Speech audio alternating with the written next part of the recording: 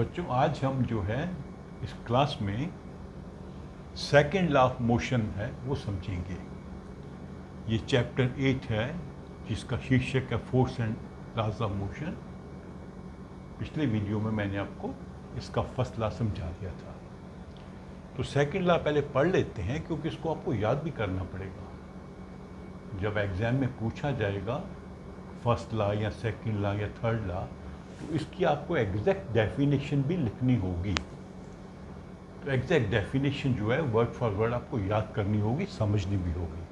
तो पहले पढ़ लेते हैं। Rate of change of momentum,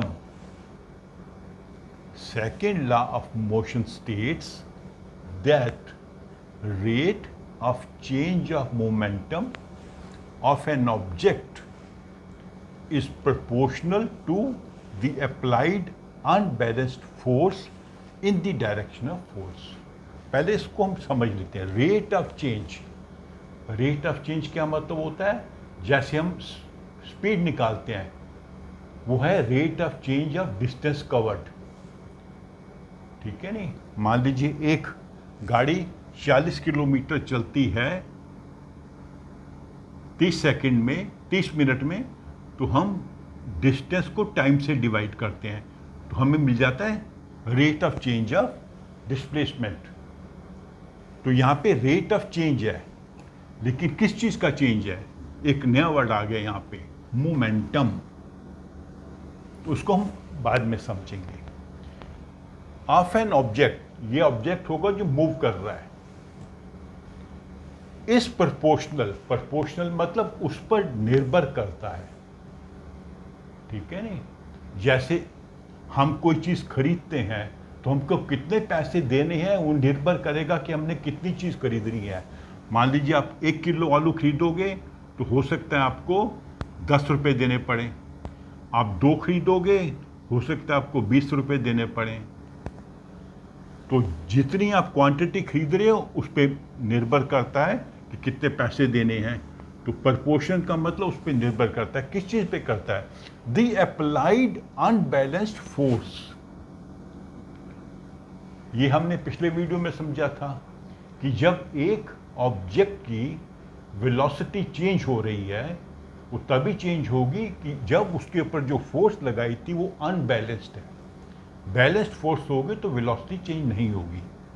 तो अनबैलेंस्ड फोर्स है in the direction of force. In the direction, एक ऑब्जेक्ट इस डायरेक्शन में मूव कर रहा है, हम फोर्स भी इस डायरेक्शन में लगा रहे हैं, उसका मोमेंटम भी इस डायरेक्शन में होगा। उसका जो चेंज है, रेट ऑफ चेंज है, इस फोर्स पे निर्भर करेगा। ये फोर्स है, ये मोमेंटम है। ये इसमें कितना चेंज होगा वो निर्भर करेगा कि हमने क्या फोर्स अप्लाई किया है। ठीक है? तो अभी हम आ जाते हैं मोमेंटम के ऊपर। मोमेंटम एक कॉन्सेप्ट है जो बच्चों को बहुत कंफ्यूज करता है, लेकिन इसको मुश्किल नहीं समझना।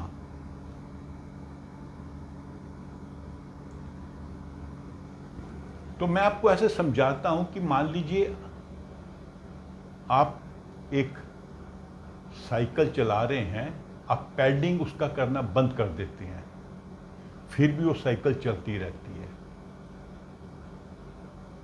ठीक है? वो चलती है अपने मोमेंटम के कारण।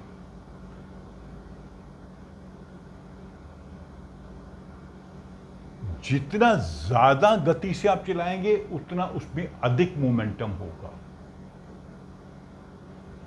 जितनी कम गति से चलाएंगे उतना मोमेंटम कम होगा। आपका साइकिल छोटे, मान लीजिए छोटे बच्चे का साइकिल है जिसका वजन कम है, वो जब साइकिल चला रहा है और पैडलिंग छोड़ देगा तो उसका साइकिल जल्दी रुक जाएगा। बड़ा साइकिल चल रहा है, वो रोकेगा पैडलिंग तो दूर तक जाएगा। अब ट्रेन मान लीजिए उसका वो इंजन ऑफ कर दे, फिर भी मोमेंटम के कारण बहुत दूर तक निकल जाती है क्योंकि वो बहुत भारी होती है। एक ट्रक अगर अपना इंजन ऑफ कर दे, मोमेंटम पे चलेगा पर इतना दूर नहीं जा पाएगा जितनी दूर ट्रेन जाती है। एक कार अगर इंजन बंद कर दे, चलती हुई इंजन, तो वो भी चलेगी मोमेंटम के कारण, लेकिन उतनी दूर नहीं जाएगी जितना दूर वो ट्रक जाएगा। तो मोमेंटम एक प्रॉपर्टी है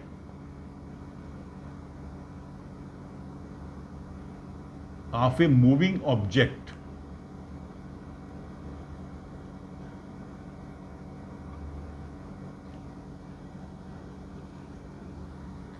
और ये किस चीज पे निर्भर करती है? ये निर्भर करती है उस ऑब्जेक्ट के मास के ऊपर और वेलोसिटी के ऊपर।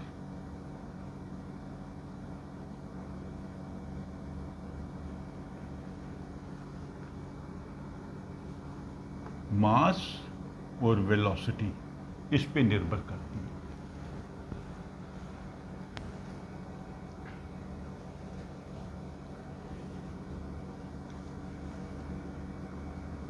और उसको हम कैसे कैलकुलेट करते हैं मोमेंटम को? मोमेंटम के लिए हम यूज करते हैं सिंबल P। इसको हम करते हैं मास इनटू वेलोसिटी, दोनों को मल्टीप्लाई करना पड़ेगा। तभी इससे पता लगता है कि अगर तेज गति से कोई चीज चल रही है उसका मोमेंटम अधिक होगा, कोई भारी चीज है उसका मोमेंटम अधिक होगा।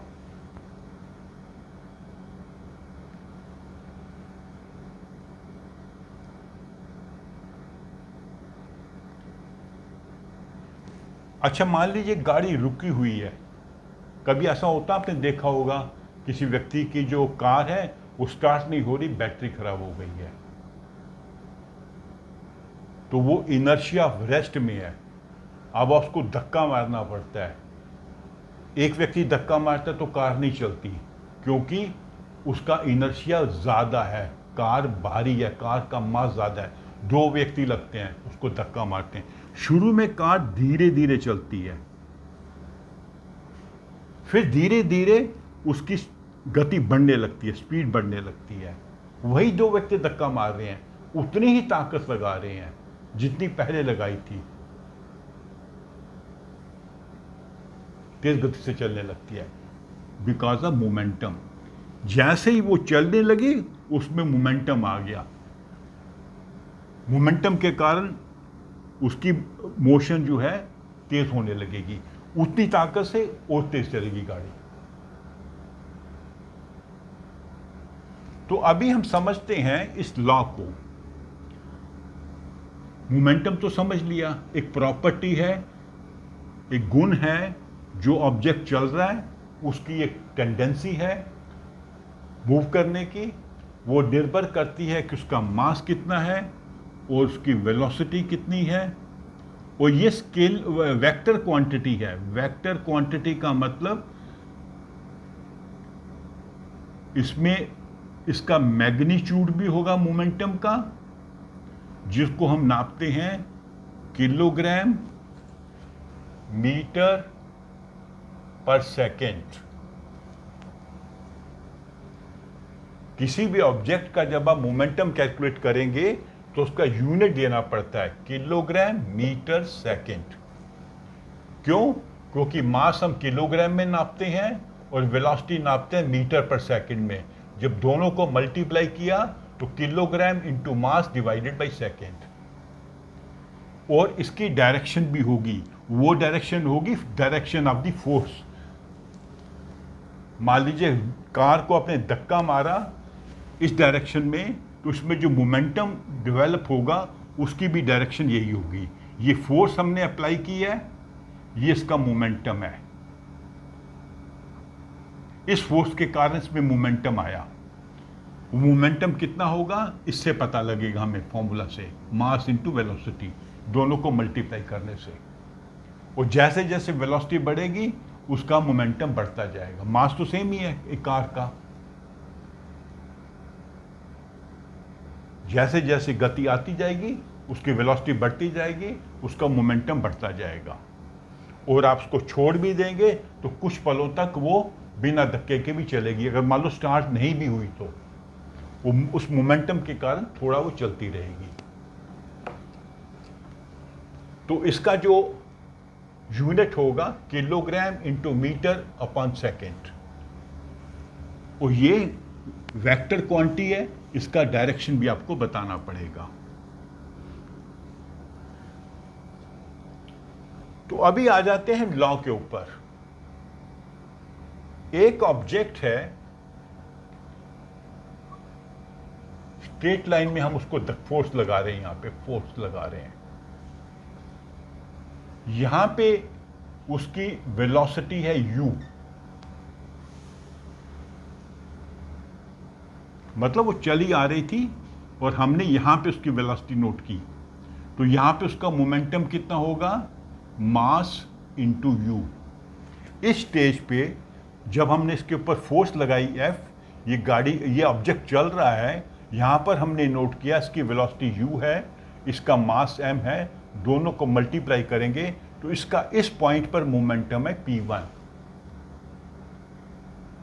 वो हम कैलकुलेट कर सकते हैं अगर आपको बताया गया हो। ऐसे ही मैं आपको एग्जांपल देता हूं, मान लीजिए मास है 10 और वेलोसिटी है 5, तो ये 50 kg मीटर पर सेकंड हो जाएगा।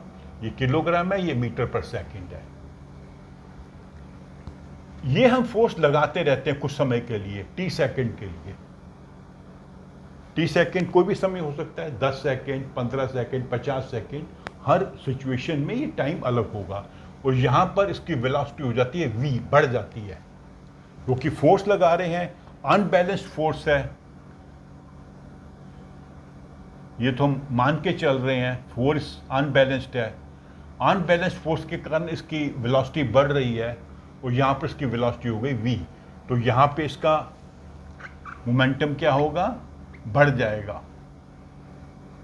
मान लीजिए ये P2 है, वो होगा m इंटू वी। ऐसे एग्जाम्पल मैं आपको देता हूं, मान लीजिए यहाँ पे हो गई ये 10 सेकेंड, 10 मीटर, यहाँ 5 मीटर पर सेकेंड थी, यहाँ 10 मीटर पर सेकेंड हो गया, तो 100 किलोग्राम मीटर पर सेकेंड हो गई इसकी मोमेंटम। ये मोमेंटम था इस पॉइंट पे, ये मोमेंटम है इस पॉइंट पे। लेकिन मैं सिर्फ आपको समझाने के लिए बता रहा हूं। एक्चुअली जब आप करेंगे, इसका इक्वेशन बनाएंगे सेकेंड लॉ ऑफ मोशन की, तो आपने ये चीजें यूज करनी है, ये टर्म्स यूज करनी है। तो उसकी देखिए मोमेंटम कितना बढ़ गया, 50 से 100 हो गया। शुरू में 50 था, 30 सेकेंड, मान लो ये 10 सेकेंड है, 10 सेकेंड हमने फोर्स लगाई, 10 सेकेंड के बाद इसकी मोमेंटम हो गया 50, क्योंकि यहां पर स्पीड थी 5 सेकेंड और यहां पे स्पीड हो गई 10 सेकेंड वेलोसिटी। तो इसमें कितना डिफरेंस आया, 50। कितने समय में आया, 10 सेकेंड में, तो 10 से डिवाइड कर देंगे, पर सेकेंड क्या हुआ, 5 किलोग्राम मीटर पर सेकेंड। ये इसका रेट ऑफ चेंज है। इस रेट से इसका मोमेंटम बढ़ रहा है। यहाँ पे 50 किलोग्राम पर मीटर पर सेकेंड था, यहाँ पे 100 हुआ, क्योंकि हर सेकेंड में 5 किलोग्राम पर मीटर सेकेंड बढ़ रहा है, बिकॉज ऑफ दिस फोर्स। तो लेकिन हमने अपने इक्वेशन बनाने के लिए ये इसको यूज करना है। तो यहाँ पे चेंज कितना हुआ, P2 minus P1, that is mv minus mu। तो m कॉमन निकल जाएगा, v माइनस u। ये इसका रेट ऑफ चेंज है, सॉरी ये टोटल चेंज है, रेट तो भी निकालेंगे, ये टोटल चेंज है। जैसे हमारी एग्जांपल में पहले उसका था 50 यूनिट, फिर 100 यूनिट, 100 में से 50 को माइनस किया, आंसर आया था 50, ये वो आंसर है। अभी रेट नहीं बताया, अभी रेट कैसे निकलेगा। अच्छा, ये किस पे निर्भर करता है, ये निर्भर करता है फोर्स के ऊपर। तो अभी हमने क्या निकालना है, एग्जाम्पल क्या था हमारा, स्टेटमेंट क्या थी, rate of change of momentum. तो रेट ऑफ चेंज निकालने के लिए हमें क्या करना पड़ेगा, इसको टाइम से डिवाइड करना पड़ेगा, दैट इज टी। इसको टाइम से डिवाइड कर दिया। ये निर्भर करता है फोर्स के ऊपर।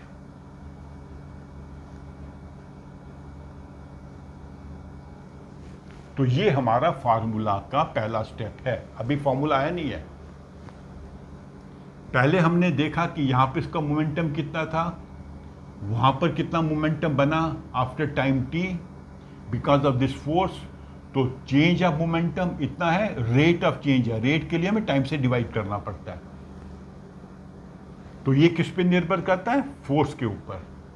तो अभी आपको अगर इक्वेशंस ऑफ मोशन याद हैं, नहीं याद है तो उनको पढ़िए, उनको जानिए। A is equal to V minus U upon T, A है एक्सेलरेशन, तो हम यहाँ पे ए लगा देंगे, F is proportional to M A. तो एक ऑब्जेक्ट जब मूव करता है उसमें कितनी एक्सेलरेशन होगी वो निर्भर करेगी फोर्स के ऊपर। ज़्यादा फोर्स लगाएंगे ज़्यादा एक्सेलरेशन होगी, कम फोर्स लगाएंगे कम एक्सेलरेशन होगी। तो उसी से ज़्यादा फोर्स लगाएंगे ज़्यादा मोमेंटम होगा यहाँ पर। तो अभी चूंकि ये प्रोपोर्शनेट है, मतलब इक्वेशन नहीं है, और इक्वेशन बनाने के लिए हम हमेशा क्या करते हैं कि कांस्टेंट बीच में डाल देते हैं, इसे कहते हैं कांस्टेंट ऑफ प्रोपोर्शनैलिटी, एक प्रोपोर्शन को इक्वेशन में चेंज करने के लिए। तो अभी हम एक और चीज समझेंगे।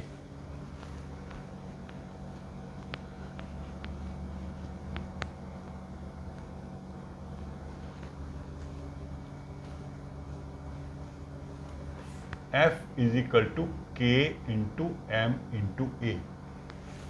फोर्स जो अप्लाई की हमने ऑब्जेक्ट के ऊपर, उस सब्जेक्ट का मास है ए, और इस फोर्स के कारण उसमें एक्सेलरेशन प्रोड्यूस होती है ए। ये के इज कांस्टेंट ऑफ प्रोपोर्शनैलिटी। तो अभी वैज्ञानिकों ने क्या कहा कि फोर्स के लिए एक यूनिट बनाया। हमारे पास यूनिट मास का है 1 kg, एक्सेलरेशन का भी है 1 मीटर पर सेकंड स्क्वायर, लेकिन फोर्स का यूनिट नहीं है। तो उन्होंने ये अज्यूम किया कि अगर हम एक ऑब्जेक्ट जिसका मास है 1 kg, उसमें कुछ फोर्स लगाते हैं, मान लीजिए x यूनिट, हमें मालूम नहीं है कितनी फोर्स है, कुछ फोर्स लगाई, उस फोर्स लगाने से इस ऑब्जेक्ट में जिसका मास है 1 kg, एक्सेलरेशन डेवलप होती है 1 मीटर पर सेकेंड। तो ये जितनी फोर्स है, जिस फोर्स से एक्सेलरेशन पैदा होगी 1 मीटर पर सेकेंड स्क्वायर की, उस फोर्स को कहा गया 1 यूनिट, उसका नाम लिखा गया न्यूटन। तो ये हो जाएगा 1, जो फोर्स हमने लगाई इस 1 किलोग्राम ऑब्जेक्ट के ऊपर जिसमें 1 मीटर पर सेकंड स्क्वायर की एक्सेलरेशन पैदा हुई, उस फोर्स को कह दिया 1 यूनिट। तो k इंटू 1 इंटू 1, ये 1 एक यूनिट है जिसको हमने माना है। एक फोर्स की क्वांटिटी को, मैग्नीट्यूड को हमने 1 यूनिट मान लिया है। मास 1 किलोग्राम, ये हमको मालूम है। एक्सेलरेशन जो उसमें पैदा हुई 1 मीटर पर सेकेंड, तो k इज इक्वल टू 1। अब k इज इक्वल टू 1, तो f is equal to 1 into M A और f is equal to M A. तो ये हमारी इक्वेशन बनती है सेकेंड लॉ ऑफ मोशन की, जिससे हमें पता लगता है कि अगर हम किसी ऑब्जेक्ट पर फोर्स लगाते हैं, उसका हमें मास मालूम है, तो हम पता कर सकते हैं कि उसमें कितनी एक्सेलरेशन पैदा होगी। या अगर एक ऑब्जेक्ट में एक्सेलरेशन का हमें मालूम है, उसका मास भी हमें मालूम है, तो हम पता लगा सकते हैं कि कितनी फोर्स लगाई गई। एक इक्वेशन में 3 वेरिएबल हैं, कोई भी 2 वेरिएबल आपको पता है, तीसरा आप ढूंढ सकते हैं। तो ये सेकेंड लॉ ऑफ मोशन हुआ। अभी सेकेंड लॉ ऑफ मोशन से फर्स्ट लॉ ऑफ मोशन भी हम प्रूव कर सकते हैं। ठीक है, तो हमारा क्या था? F is equal to M A. अभी ए की जगह फिर हम वही लगा देते हैं, v minus U upon T. हमें मालूम है जो हमारी इक्वेशंस ऑफ मोशन है, ये कहाँ से बनता है? एक्चुअली ये बनता है इस इक्वेशन से, v is equal to U plus A T. इस इक्वेशन से ये वाली इक्वेशन बनती है। ये सबसे पहली इक्वेशन है मोशन की। तो अभी हमने ए की ये वैल्यू लगा दी, फिर क्रॉस मल्टीप्लाई करेंगे, F into T is equal to M V minus you.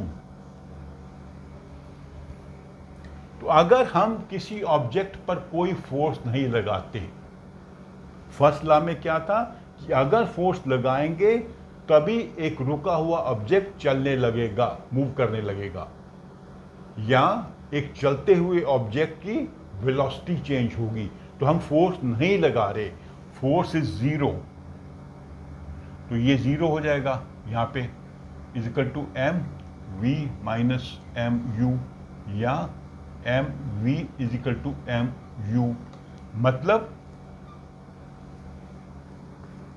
उस ऑब्जेक्ट की जो वेलोसिटी है चेंज नहीं होगी, यहां पर v और u इक्वल हैं। तो अगर एक मूविंग ऑब्जेक्ट के ऊपर हम फोर्स नहीं लगाते तो उसकी जो यूनिफॉर्म मोशन है वो चेंज नहीं होगी, यही फर्स्ट लॉ था। और अगर वो रुका हुआ ऑब्जेक्ट है और फोर्स नहीं लगा रहे हम, यू को भी हम जीरो कर देते हैं, यू जीरो, मतलब वो ऑब्जेक्ट रुका हुआ है। तो v is equal to U हमने देखा था, तो u जीरो है तो v भी जीरो होगा, मतलब उसकी इनिशियल वेलोसिटी भी जीरो, फाइनल भी जीरो, मतलब वो रुका ही रहेगा। तो यही फर्स्ट लॉ था कि एक ऑब्जेक्ट के ऊपर अगर हम फोर्स नहीं लगाते तो वो, अगर ऑब्जेक्ट रुका हुआ है, नॉन मूविंग है, तो वो रुका ही रहेगा, it will remain non moving, it will not move. Move करने के लिए हमें फोर्स लगानी पड़ती है। और सेकंड पार्ट क्या था इसका कि उसकी मोशन में चेंज आएगा अगर हम फोर्स लगाते हैं, uniform motion in a straight line. तो फोर्स नहीं लगाएंगे तो uniform motion in straight line रहेगी, मतलब इनिशियल वेलोसिटी और फाइनल वेलोसिटी सेम रहेगी। वो हमने अभी प्रूव किया था, यहां से ही, यहीं से प्रूव किया था, M U is equal to M V, M M cut गया, v is equal to U, उसकी वेलोसिटी चेंज नहीं होगी अगर फोर्स नहीं लगाते तो सेकंड लॉ से फर्स्ट लॉ भी प्रूव कर लेते हैं। ठीक है, तो ये हमारा हो गया सेकंड लॉ ऑफ मोशन। इसको अच्छे से समझ लीजिए, इसके क्वेश्चंस भी आपको करने पड़ेंगे, बहुत सारे क्वेश्चन आपकी बुक में दिए हुए हैं। तो अगले वीडियो में हम थर्ड लॉ ऑफ मोशन समझेंगे। तो आप मेरी वीडियो को लाइक करो और अपने फ्रेंड्स के साथ शेयर भी करो। Thank you.